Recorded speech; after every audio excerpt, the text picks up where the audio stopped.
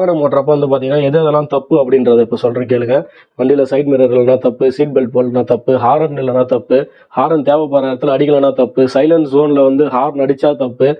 நிற்காம போகிறது தப்பு, ஸ்டாப் லைனில் நிற்காம போகிறது தப்பு, எல்லோ லைனை வயலேட் பண்ணி போகிறது தப்பு,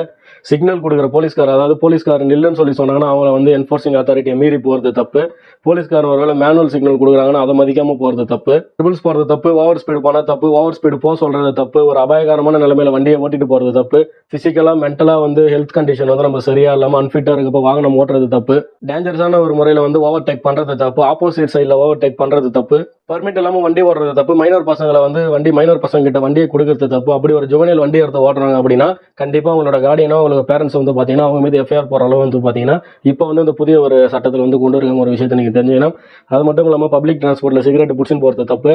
பப்ளிக் டிரான்ஸ்போர்ட்டு அதிக அளவு புகையை வெளியே விட்டுக்கிட்டு போனால் தப்பு, வண்டியில் சைட் மிரர் இல்லைனா கூட